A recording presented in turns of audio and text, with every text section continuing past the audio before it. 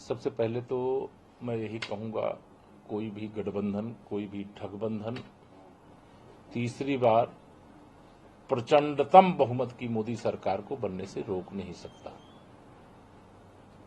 मैं कल भी देखा हूं, आज भी देखा हूं, कोई 26 दल बताता है कि यूपीए गठबंधन का हिस्सा है, कोई 28 दल बताता है।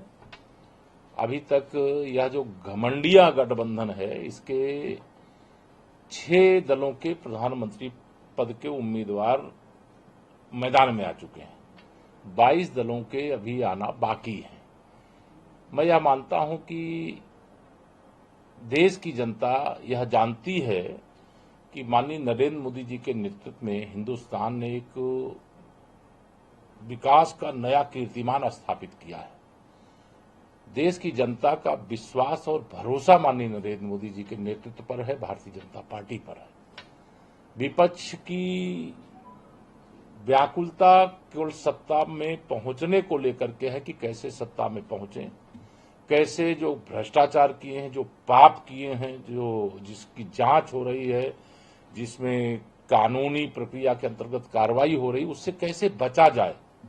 लेकिन भ्रष्टाचार मुक्त भारत, परिवारवाद मुक्त भारत, तुष्टीकरण मुक्त भारत बनाने का जो संकल्प है, उस संकल्प को मेरा पूरा विश्वास है देश की जनता सफल बनाना चाहती है। और उसी का परिणाम है कि आज हम हर क्षेत्र में आगे आगे आगे आगे बढ़ते चले जा रहे हैं। जहां अमेरिका नहीं पहुंच पाया, जहां रूस नहीं पहुंच पाया, जहां चीन नहीं पहुंच पाया, वहां आज भारत का तिरंगा फहरा रहा है। यह विश्वास और भरोसे का परिणाम है।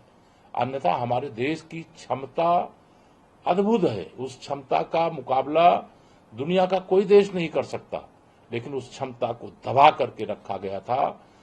विदेशी शक्तियों के सामने घुटने टेक करके रखने का काम किया गया था। लेकिन आज माननीय नरेंद्र मोदी जी के नेतृत्व में आत्मनिर्भर भारत बन रहा है। विश्व की तीसरी अर्थव्यवस्था बनने की ओर हम हैं। G20 की अध्यक्षता कर रहे हैं। ब्रिक्स में जो हम कहते हैं वह दुनिया सुन रही है। यह सब अपने आप में ऐसी बड़ी बड़ी उपलब्धियां हैं, जितना कहा जाएगा कम होगा। ये तथाकथित रूप से कांग्रेस की अगुवाई वाला जो गठबंधन है, वह श्री राहुल गांधी जी को प्रधानमंत्री पद के उम्मीदवार के रूप में देश के सामने लाना चाहते हैं। और कांग्रेस का ये सब खेला है।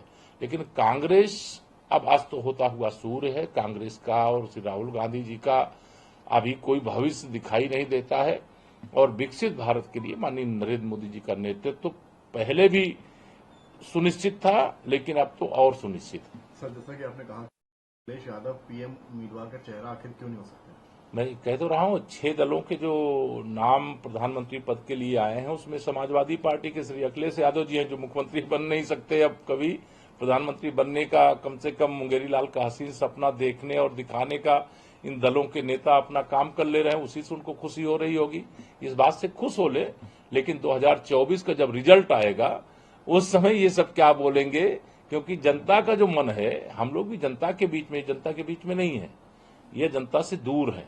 और जनता के बीच में जो रहता है उसकी नब्ज समझ में आती है। और हम लोग नब्ज जो टटोल पा रहे हैं, जो समझ पा रहे हैं, 2014 से बड़ी विजय हमें 2019 में मिली थी, और 2019 से बड़ी विजय हमें 2024 में मिलेगी। और ऐसा कमल खिलेगा, ऐसी खुशहाली आएगी, ऐसा सुशासन और विकास का मतलब चित्र दिखाई देगा, जो माननीय प्रधानमंत्री जी ने कहा है।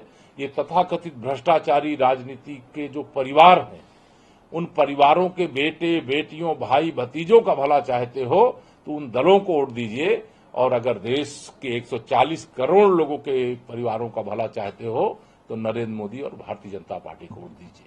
तो वह संदेश जनता तक पहुंच चुका है और जनता को अच्छी तरीके से समझ रही है। सर, कल मायावती भ्रष्टाचारी हैं, इसलिए वो अकेले चुनाव लड़ेंगी। बीजेपी और ये जो विपक्ष का गठबंधन है, दोनों पर ही उन्होंने अपने ट्वीट में निशाना साधा है। देखिए, मैं जहां तक समझता हूं कि बहन मायावती जी को भी ये पता है कि बुआ भतीजे मिलकर के 2019 में लड़े थे, और यह मान बैठे थे कि भारतीय जनता पार्टी का यूपी से सुपड़ा साफ कर देंगे। लेकिन उनको यह पता चल गया है कि अब सपा बसपा कांग्रेस राष्ट्रीय लोकदल सब मिल करके भी भारतीय जनता पार्टी के विजय रथ को नहीं रोक सकते। और पहले तो कुछ एक भ्रम फैला करके रखे थे कि मुसलमान तो उनका बंधुआ वोटर है, चाहे वो सपा वाले समझे, चाहे कांग्रेस वाले समझे, चाहे बसपा वाले समझे। अब उसके बीच में से भी पसमानदा बड़ी संख्या में निकल करके माननीय नरेंद्र मोदी जी को प्रधानमंत्री बनाने के लिए वोट दे रहा है। अखिलेश यादव जी यदुवंशियों को समझते थे कि सारे के सारे वोटर यादव बिरादरी के उनके बंधुआ हैं, लेकिन उनको यह नहीं मालूम है यादव जितना जातिवादी और अखिलेशवादी है, उससे ज्यादा वो नरेंद्र मोदीवादी हो गया है, राष्ट्रवादी हो गया है, और वो कमल खिलाने में देश और अपने परिवारों का भविष्य सुरक्षित समझता है। ममता बनर्जी से अभी सवाल, विपक्षी दल जो है वो जीतेंगे? ये तो अभी जो विपक्षी गठबंधन बना रहे हैं उसमें से कोई 2024 का रिजल्ट आने से पहले हार नहीं मानेगा, लेकिन जब 2024 का रिजल्ट आएगा तो फिर कोई और नया रोना शुरू कर देंगे कि हमारे साथ धोखा हुआ है, हमारे साथ विश्वासघात हुआ है और देश की जनता को गुमराह कर दिया गया है। इनको तो गरीबों को और देशवासियों को, जो प्रधानमंत्री जी ने की अध्यक्षता में केंद्रीय कैबिनेट की बैठक में अभी गैस सिलेंडरों के दामों में 200 रुपए की कटौती की गई, और जो प्रधानमंत्री उज्ज्वला योजना के गैस के कनेक्शन धारक है उनको अब 400 रुपए, 200 पहले से हो रहा था, 200 और रुपए की उनको राहत मिली है। तो इसी से बिलबिलाए हुए हैं, इसी से बौखलाए हुए हैं कि गरीब की भलाई के लिए क्यों काम कर रहे हो, किसान की भलाई के लिए क्यों कर रहे हो, चंद्रमा पर चंद्रयान 3 क्यों भेज रहे हो। उनको तो हर चीज से जैसे लगता है कि नाराजगी होती है। सर, ममता बनर्जी ने इसी चीज का सवाल उठाया, उनके आंखों में चुनाव का चश्मा लगा रहता है, उनको इस प्रकार से दिखाई देगा, लेकिन मेरे प्रधानमंत्री जी के आंखों में जो चश्मा लगा है वो 140 करोड़ देश की जनता का कहां, किस समय, किस प्रकार से ध्यान देना चाहिए।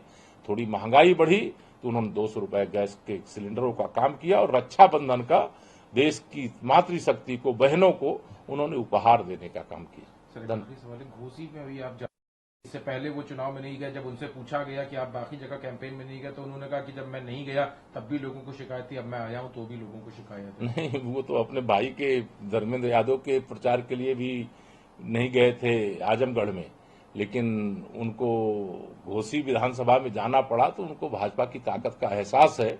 लेकिन मैं उत्तर प्रदेश के घोसी विधानसभा की जनता जनार्दन से कहना चाहता हूं कि समाजवादी पार्टी के अपराधीकरण से 2014 में सपा की सरकार रहते हुए इसी जनता ने मुक्त कराया, फिर 2017 में मुक्त कराया, 2019 में मुक्त कराया, 2022 में मुक्त रखने का काम किया।